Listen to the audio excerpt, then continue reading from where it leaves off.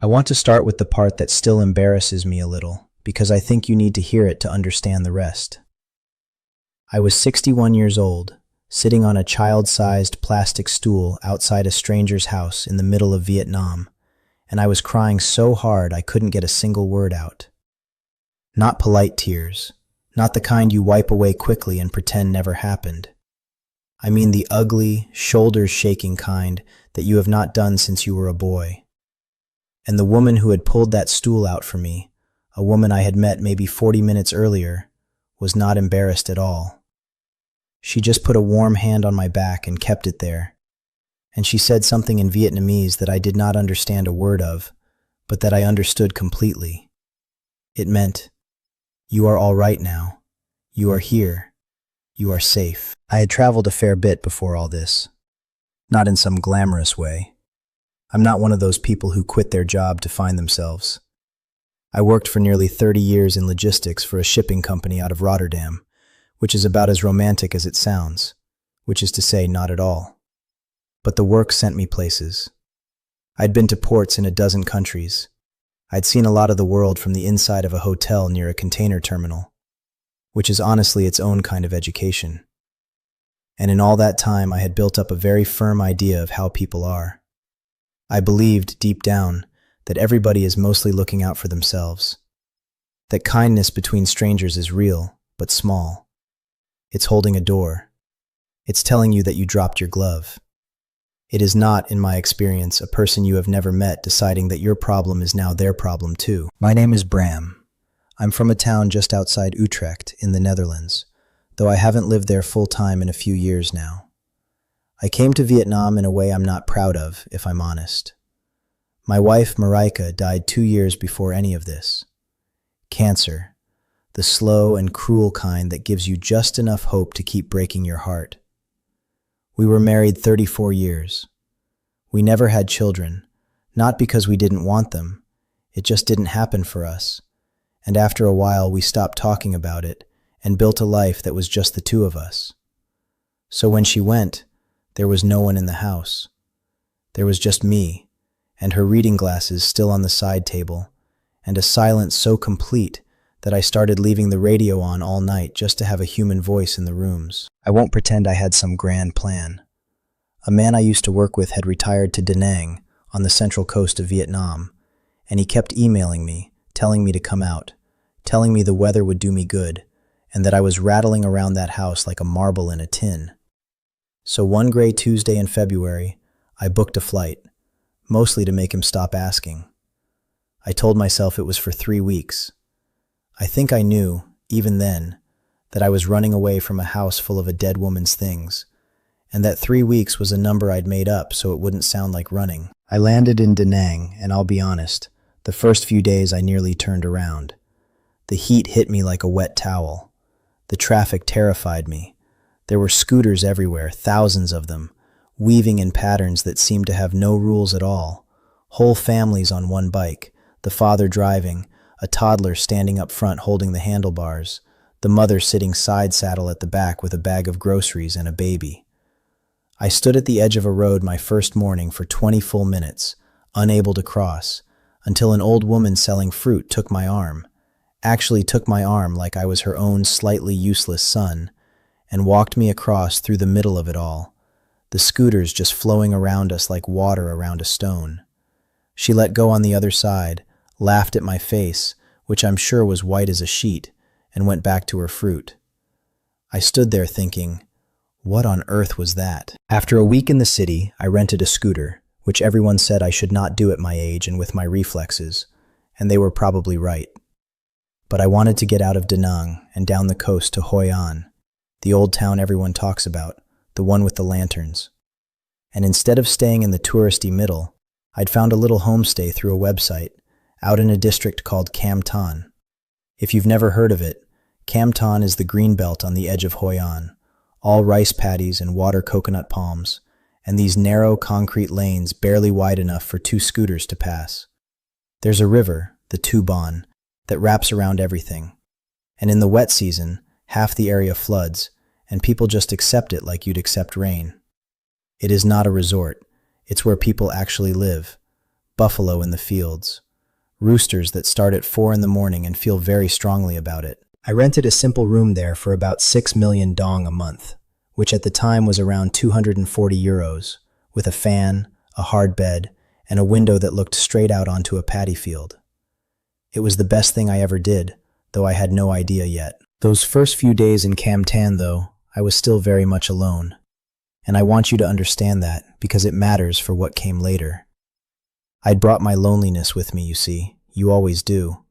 I thought a change of scenery would lift it, and of course it didn't. Because the empty feeling wasn't in the house in Utrecht, it was in me. I'd get up before the heat, ride my scooter slowly along the river path, watching the women paddling those funny round basket boats out among the coconut palms. And I'd buy a coffee and a banh mi from a stall, and eat it sitting on a wall by myself. And I'd think, well, this is very beautiful, and I have absolutely no one to say that to. I'd nod at people and they'd nod back, friendly enough, but I kept my distance the way I'd kept it my whole life. I had a notion, the kind of notion a grieving man builds like a wall, that I was just passing through, that I wasn't really here, that I was a tourist of my own life now, and would be until the end of it. I was so certain of that. I have rarely been so completely wrong about anything. The trouble, and the thing that changed everything, happened on my 4th evening there. I'd gone out on the scooter to find dinner, refusing to use the map on my phone because some stubborn part of me, the part that used to read paper charts for a living, wanted to learn the lanes by feel. Naturally, I got completely lost.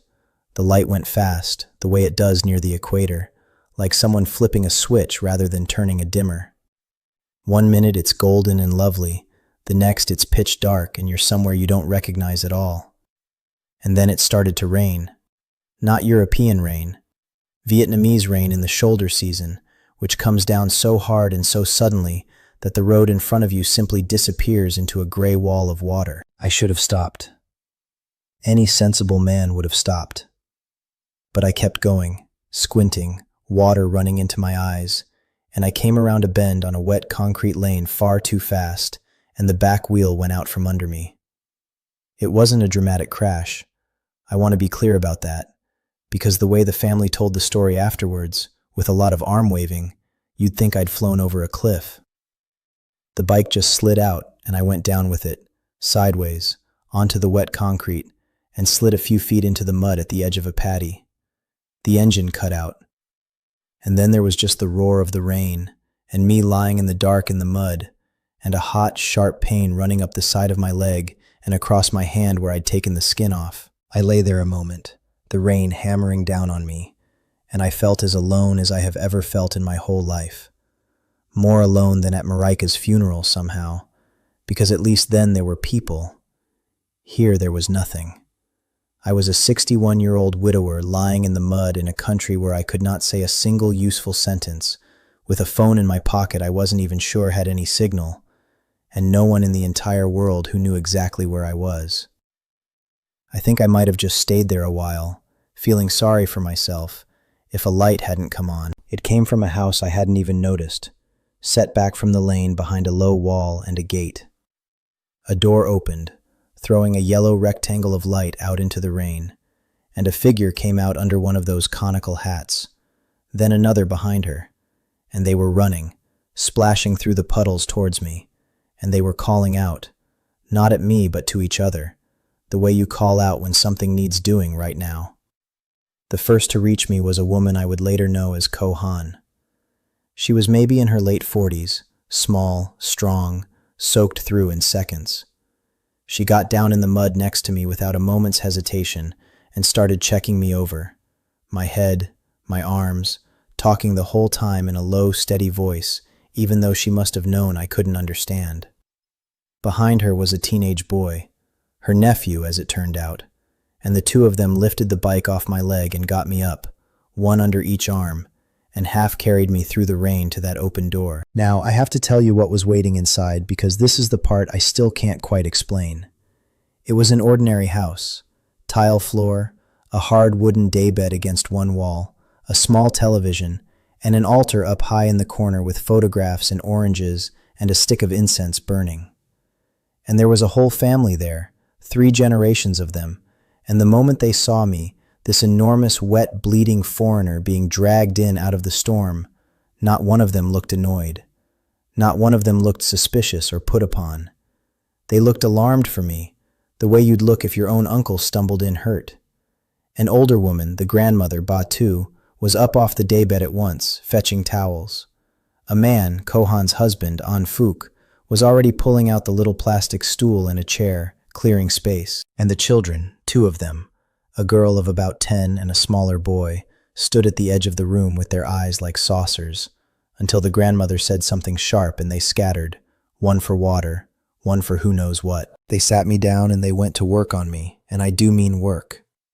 Kohan cleaned the gravel out of my hand with a cloth and some kind of antiseptic that stung like fire, and she winced every time I winced, actually winced, sharing it with me.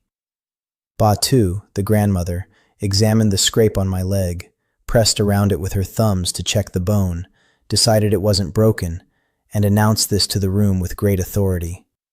Someone draped a dry shirt over my shoulders, a man's shirt, An Phuc's, far too small across my back but warm and dry. Someone else put a hot tin mug of tea into my good hand. And the whole time they were talking, all of them at once, this fast, musical, overlapping Vietnamese, and laughing now and then, and I sat there in the middle of it, dripping onto their clean floor, completely overwhelmed, understanding nothing and feeling, for the first time in 2 years, like I was inside something instead of outside it. I kept looking up at that altar in the corner while they fussed over me, because something about it held me.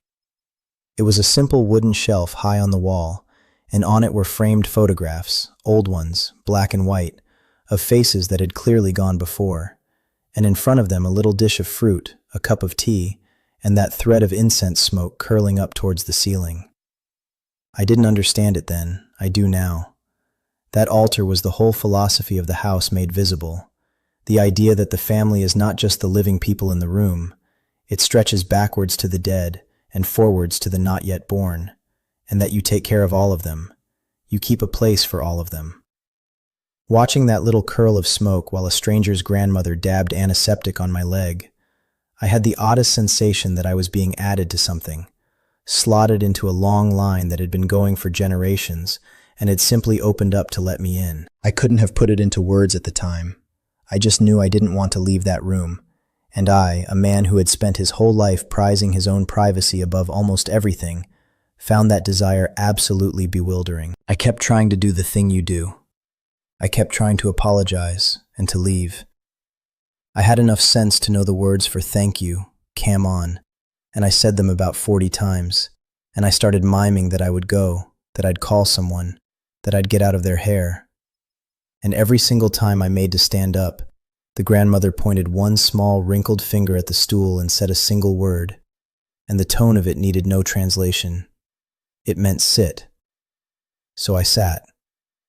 What else could I do? And then the food started coming, and that's really where I lost the thread of being a polite, contained Dutchman entirely. Because it became clear, slowly, that they were not going to let me leave, that it was raining too hard and getting too late, and that as far as this family was concerned, the only sane thing in the world was for me to eat with them. A pot was already on the little gas burner in the back. Kohan ladled out a bowl of rice porridge, chow they call it, with shredded chicken and ginger and a scatter of fried shallots and herbs on top, and she pressed it into my hands and mimed eating, and watched me until I took the first spoonful. It was hot and savory and exactly, precisely, what a shocked, cold, frightened body needs, and I think she knew that. Of course she knew that. Grandmothers everywhere know that. I ate the whole bowl. They gave me another. The little boy, who could not have been more than 6, crept closer and closer until he was right at my knee, staring up at my nose, which I gather is enormous and fascinating by local standards, and at the gray hair on my arms. At one point he reached out one finger and touched the hair on my forearm to see if it was real, then shrieked with laughter and ran behind his grandmother, and the whole room laughed, and I laughed too, with porridge in my mouth and tears already starting in my eyes, and I didn't even know yet why I was crying. I think it was just that I had forgotten. I had genuinely forgotten that a house could feel like this. Full, loud, warm, caring about the one tired body sitting in the middle of it. That was when Kohan pulled the stool out onto the covered part of the porch, where the rain was loud on the tin roof but couldn't reach us, and she gestured for me to sit out there a moment to cool down, because I was sweating and shaking a little. And that is where I finally went to pieces. All of it came up at once, 2 years of it, the empty house and the radio I left on all night, and Marika's glasses on the table, all of it, while I sat on a tiny plastic stool outside the home of people whose names I could not yet even pronounce. And Kohan came and stood beside me, and she did not ask me what was wrong, because she couldn't, and maybe that was the gift of it. She just put her warm hand flat between my shoulder blades and left it there, and let me cry in the rain. A complete stranger, treating me exactly, in every way that mattered, like family. I slept that night on their daybed, which is the hard, polished wooden bench that nearly every house out there has, the kind that looks deeply uncomfortable until your body is tired enough, and then it's the best bed in the world. They wouldn't hear of me riding home in the dark with a banged-up leg. Kohan laid a thin mat down and a folded blanket, and Anfuk parked my poor scooter inside their gate so it wouldn't be stolen, and the grandmother checked on me twice in the night. I half woke both times to the soft shuffle of her slippers and the quiet of her just standing there a moment, making sure I was breathing, before going back to bed. In the morning, the rooster did its violence at 4, and by 6 the whole house was awake and moving, and the smell of coffee was coming from the back. I should tell you about that coffee, because it became the spine of every day that followed. Vietnamese coffee is not like ours. It's thick and dark, dripped slowly through a little metal filter that sits on top of the glass. And out there in the countryside, they drink it with a finger of sweetened condensed milk at the bottom, then poured over ice. Café soda. The first morning Anfuk made me one without asking, set it down in front of me on the porch, and sat down with his own. And we drank them in total silence, watching the light come up over the paddy. 2 men who could not exchange 10 words, and it was one of the most companionable mornings I have ever spent. He'd point at a bird. I'd nod. He'd say the Vietnamese word. I'd try to say it back, mangle it horribly, and he'd laugh, not unkindly, and we'd go back to watching the field. That was the whole conversation. It was enough. I had every intention of thanking them properly and getting out of their lives. That is the polite thing where I'm from. You don't impose. You repay a kindness quickly and cleanly, and then you restore everyone's privacy, because privacy is the gift we give each other in the Netherlands. So that morning I tried to give Anfuk money, a fold of dong notes, for the trouble, for the food, for the bed. I have rarely seen a man look so genuinely wounded. He physically backed away from my hand, both palms up, shaking his head, and Kohan came over and folded my fingers back over the notes and pushed my hand gently back towards my own pocket. And she said a phrase I would hear 100 more times in the months ahead. Kong Sao. It means, roughly, it's nothing, no problem, don't worry about it. But the way she said it, with her hand still around mine, it meant something closer to, that is not how this works, and you should know better, and we are a little hurt that you tried. So I put the money away, and I was getting ready to leave anyway, when the little girl, the 10-year-old, who I learned was called Baylin, planted herself in front of my scooter and would not move. She had decided overnight that I was hers, apparently. She had a school workbook with some English in it, and she wanted to practice, and she fired questions at me in careful, proud, broken English. What is your name? How old are you? Do you have a wife?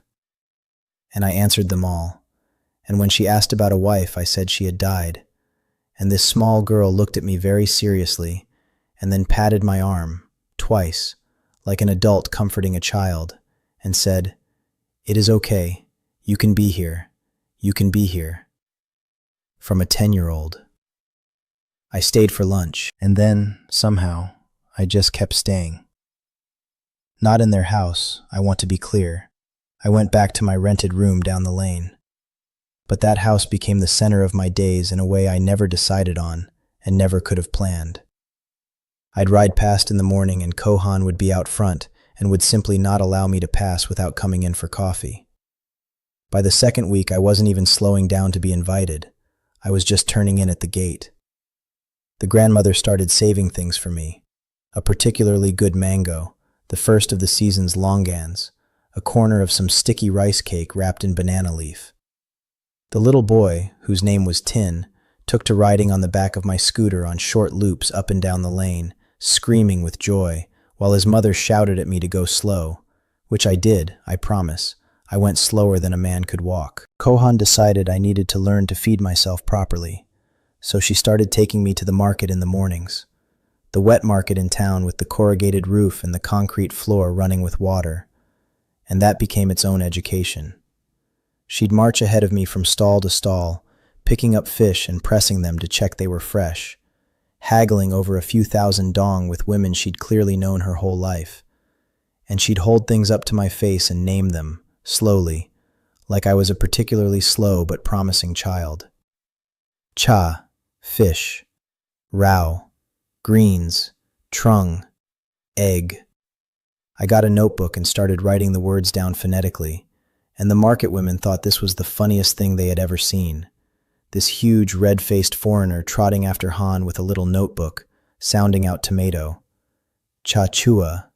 I got the tones wrong constantly, which in Vietnamese is a catastrophe, because the same syllable said 6 different ways means 6 entirely different things. And I once tried to ask a woman for sugar, and apparently asked her something so filthy that she covered her mouth and couldn't speak for laughing. But here's what I noticed. They were never laughing at me to push me away. They were laughing me closer. Every botched word was a little bridge. By the end of a month, the market knew my name, or their version of it, which was something like Brahm Oi, and I could not walk through without 3 people calling out to me. It crept up on me, the belonging.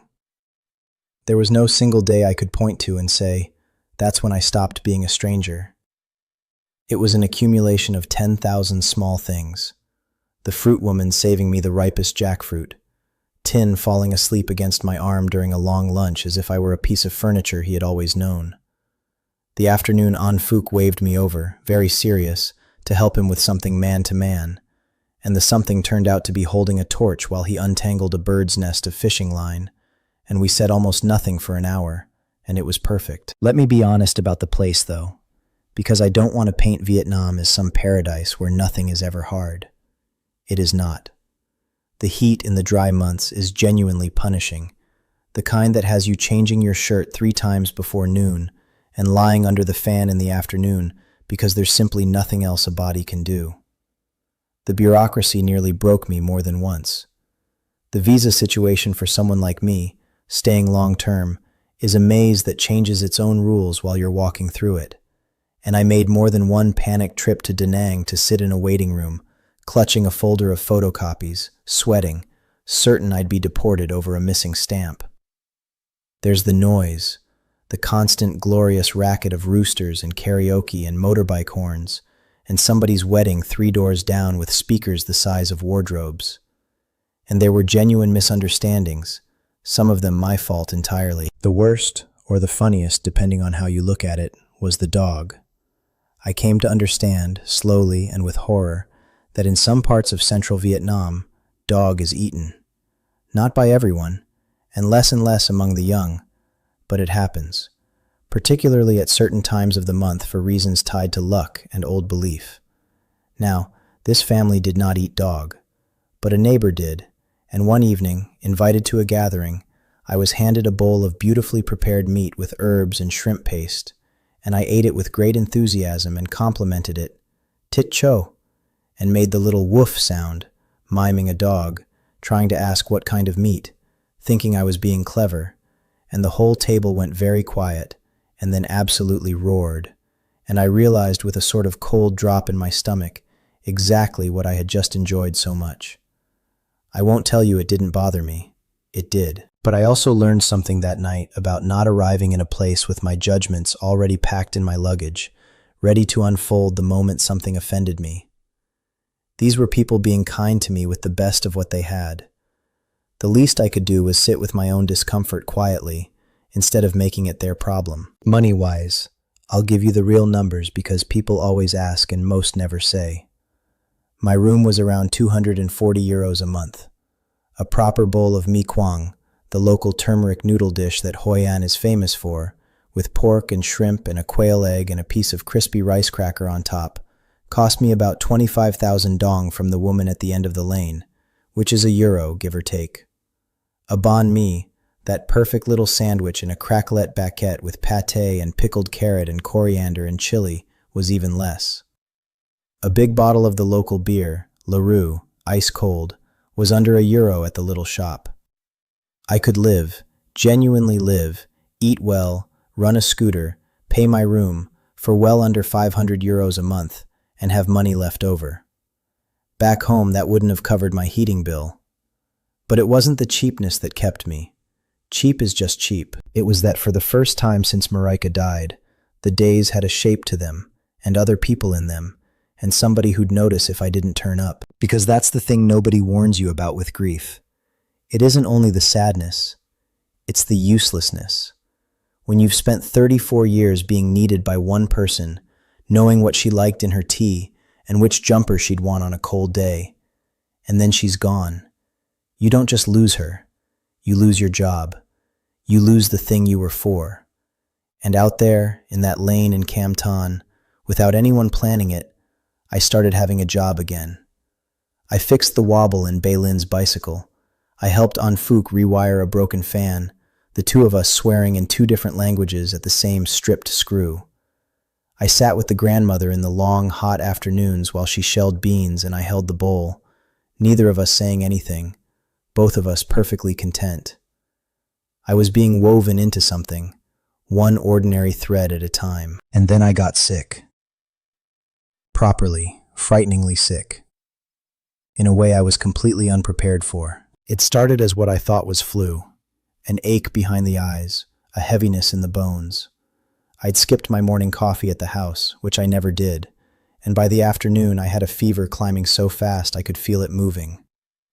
By that night I was shivering under every blanket I owned, with the fan off in 30-degree heat, my skin hurting to the touch, a headache like a band of iron tightening around my skull.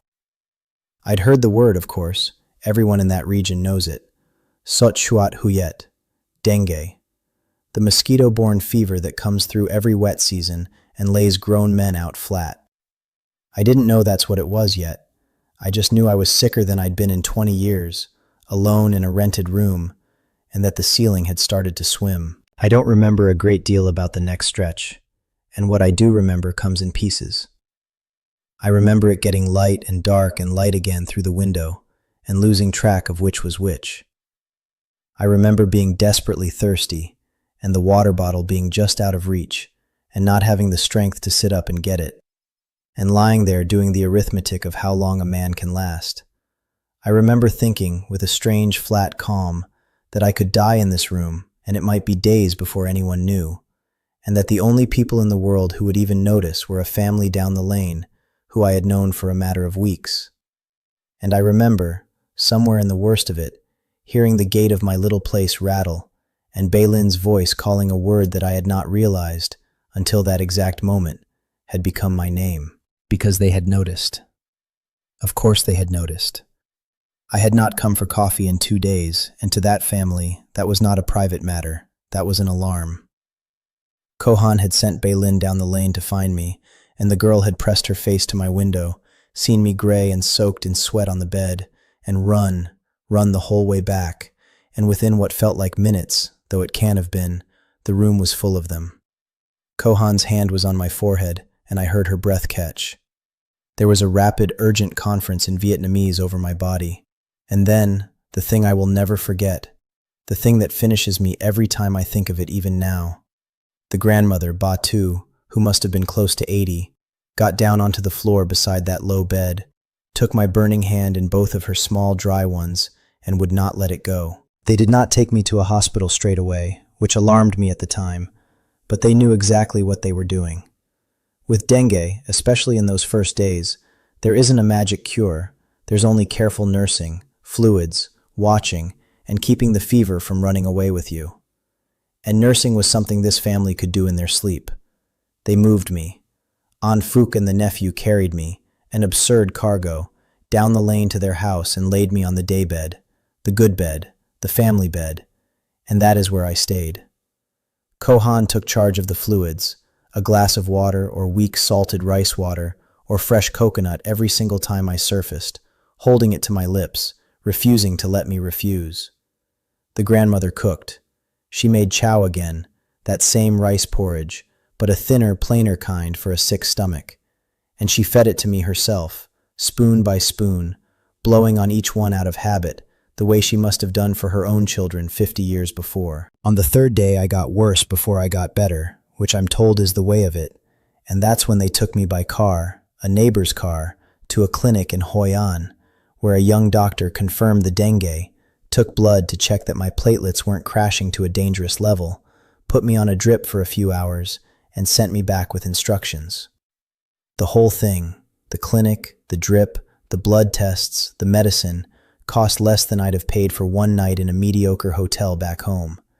And when I reached for my wallet, Kohan had already paid it. She had stood at the counter while I was lying down and quietly paid the bill for a foreigner she had known for a handful of weeks.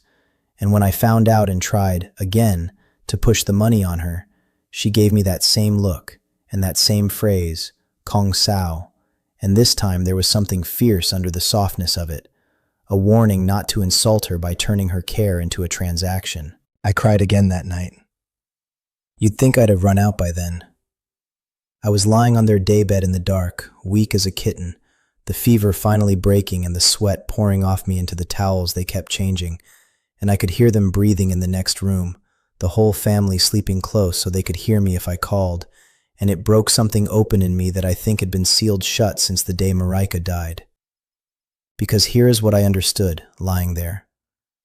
I had spent 2 years believing that my family was gone, that when she died, my belonging in the world had died with her, and that whatever was left of my life would be lived as a guest at the edge of other people's lives, polite and grateful and fundamentally alone. And these people, who owed me nothing, who could barely speak to me, had simply decided otherwise. They had looked at a broken-down old foreigner in the mud and decided, without a meeting, without a debate, that I was theirs to look after now. That is a kind of wealth I did not know existed. There's one afternoon from that recovery I'll carry to my grave. I was propped up on the daybed, still weak, the fan turning slowly overhead, and the house was quiet because the adults were out working, and only the grandmother and the children were home. Baylin sat on the floor beside me with her school English book and read to me, very seriously, very slowly, a little story about a farmer and his dog, sounding out every word and looking up at me after each sentence to check she'd got it right. Tin lay across the foot of the bed, playing with a toy motorbike, making engine noises, occasionally driving it up my shin. And the grandmother sat in her chair in the doorway, where the light was, shelling beans into a bowl, humming something old under her breath, glancing over at me every minute or so the way you'd watch a pot that mustn't boil over. Nobody was performing kindness. Nobody was being a good person on purpose. They were just living their afternoon, and they had made room for me in it as naturally as breathing. And I lay there listening to a 10-year-old read me a story I already knew, in a language she was still learning, and I thought, this is it. This is the thing. This is what I thought I'd never have again, and it was never something grand. It was always just this. A quiet room. People who would notice if you weren't in it. I got better slowly over the next couple of weeks, the way you do with dengue, with a strange, lingering tiredness they call the convalescence. And the whole time they would not let me go back to my room until Batu personally declared me well. And as I came back to myself, I started to understand the thing that I think is the real heart of all this, the thing I most want to get across to you. It wasn't that this one family was unusually saintly. They were ordinary people.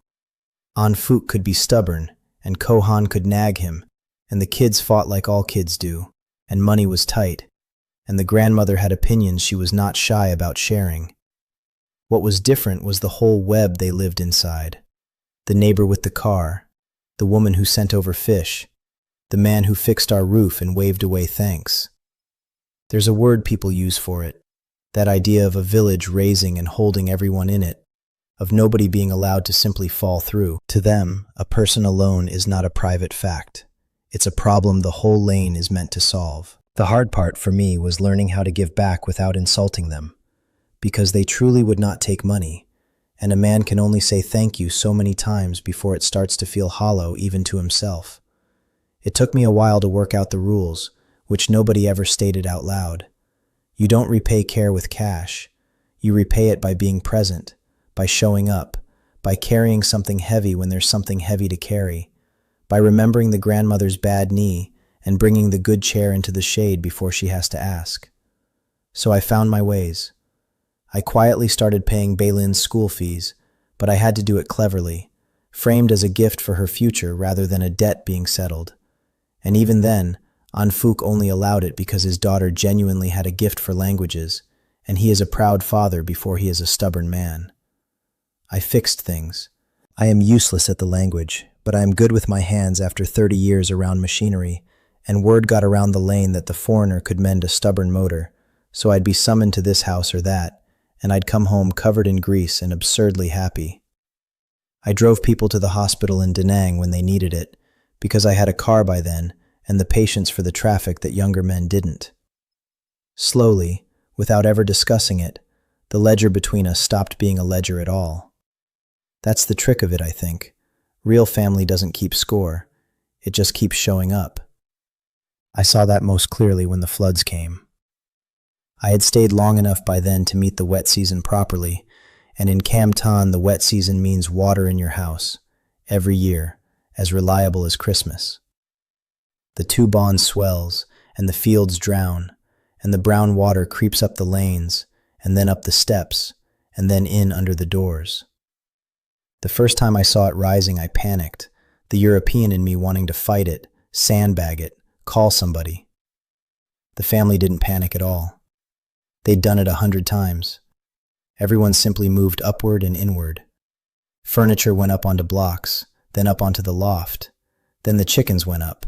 The motorbikes were wheeled to higher ground at a cousin's place, and the whole neighborhood turned into a slow, patient operation of hands passing things to hands.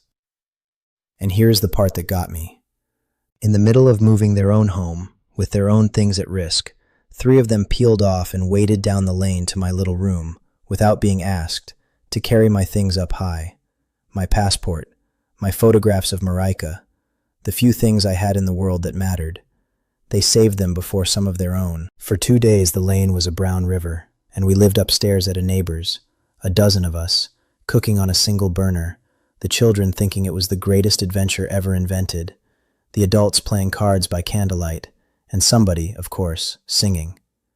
And I sat there, dry and fed and surrounded, listening to the rain and the laughter, and I thought about the version of me from 2 years before, the one leaving the radio on all night in an empty house just to hear a human voice, and I could have wept for him. I wanted to reach back through time and tell him, hold on, you've no idea, just hold on. There are people on the other side of the world who are going to love you, and they haven't even met you yet. When the water went down, we cleaned. That's the unglamorous truth of floods, the mud and the smell and the days of scrubbing. And I scrubbed alongside them, on my knees, hosing out the silt. And somewhere in the middle of that filthy, exhausting work, Anfook straightened up, looked at me sweating away at his floor, and said, in the careful English he'd been quietly practicing on me for months, "You, Vietnam man now." And the whole family laughed and agreed loudly, and I laughed too, but it went into me like a key into a lock. The thing that sealed it, though, the moment I tell people about when they ask why I never left, came at Tet. Tet is the Lunar New Year, the biggest thing in the Vietnamese calendar, the festival when the entire country goes home. Everyone travels back to their family, the cities empty out, and for a few days the whole point of being alive in that culture, which is family, is laid bare for all to see. And as it approached, I assumed I'd be on the outside of it, the way you're always a little on the outside of someone else's most sacred days. I had quietly planned to spend it alone in my room, telling myself I didn't mind. Kohan found out. I don't know how, Baylin probably, that girl missed nothing. And she came down the lane and stood in my doorway with her arms folded and told me, through the girl translating, that I was being ridiculous, that of course I was coming for Tet, that a person does not spend Tet alone, that the very idea was so sad it was almost offensive. And so I spent the new year with them. I helped wrap the Bon Tet, the sticky rice cakes packed with mung bean and pork and bound up tight in banana leaves, my clumsy parcels coming out lumpy next to their neat ones, and nobody minded. We boiled them for hours in a great pot over a fire in the yard, taking turns to watch it through the night, and I took my turn like everyone else. They dressed the house in marigolds and a little kumquat tree heavy with orange fruit for luck. The altar in the corner, the one I'd noticed my very first night, was loaded with food and fruit and incense for the ancestors. And on the first morning of the new year, the grandmother did something that I did not understand until it was explained to me, and that I have never fully recovered from. She gave out the li shi, the little red envelopes with money inside that the elders give to the young for luck. She gave one to Bailin and one to little Tin, the children, as is the custom. And then she turned, and with both hands, the formal way, she held one out to me, to a 61-year-old Dutchman. And when I looked confused, Bailin explained, grinning, that the red envelopes also go to the people you want to keep close, the people of the house, Moi Nha, and that her grandmother said I was Moi Nha now, a person of the house, family. I took the envelope with both hands the way you're meant to, and I could not say a word, and I didn't need to, because they all knew. The grandmother just reached up and patted my cheek, this tiny woman, the way you'd settle a child, and went back to her marigolds. I never did go home. Not in the way I'd planned. I went back to the Netherlands once, to sort out the house, to deal with the things you have to deal with. And I stood in those quiet rooms with Marika's glasses still on the side table, and I understood that it was a place I had loved very much, and that my life was no longer there. So I let it go. I kept a few photographs in the ring and not much else, and I came back to the lane in Cam Tan, and I'm still there. I have a better room now, a little house, really, 2 streets from the family, though I take most of my meals with them anyway because trying not to is a battle I gave up on long ago. Bailin is taller than her mother now, and her English is genuinely good. Good enough that she corrects mine. Little Tin isn't so little. Ba Tu, the grandmother, is slower than she was, and I dread the day, but for now she still saves me the best mango, and I still hold the bowl while she shells the beans. People ask me if I don't find it lonely, an old foreigner so far from where he started. And I have to laugh, because it's the opposite. It's the least lonely I have ever been. I came to Vietnam as a man who believed kindness between strangers was small, a held door, a pointed direction, a transaction at best. And a family on a flooded lane who could not speak my language took that belief and dismantled it completely. Not with words, but by simply absorbing me, a whole grown stranger, into the warm chaos of their lives, as if there had always been a place set for me, and they'd only been waiting for me to find the door. I think about that first night a lot. The mud, the rain, the loud tin roof, that warm hand flat between my shoulder blades. I thought, lying there, that I had lost everything that made a person belong to anyone. I was wrong. I had only lost one home. I just hadn't found the other one yet. And the strangest, most wonderful thing I have ever learned in 63 years on this earth is that sometimes the people who make you family are precisely the ones who have no reason to, no obligation, no history with you, nothing to gain, who look at you soaked and bleeding and far from home and decide simply that you are theirs now. If that ever happens to you, even once, do what I did eventually, after all the crying.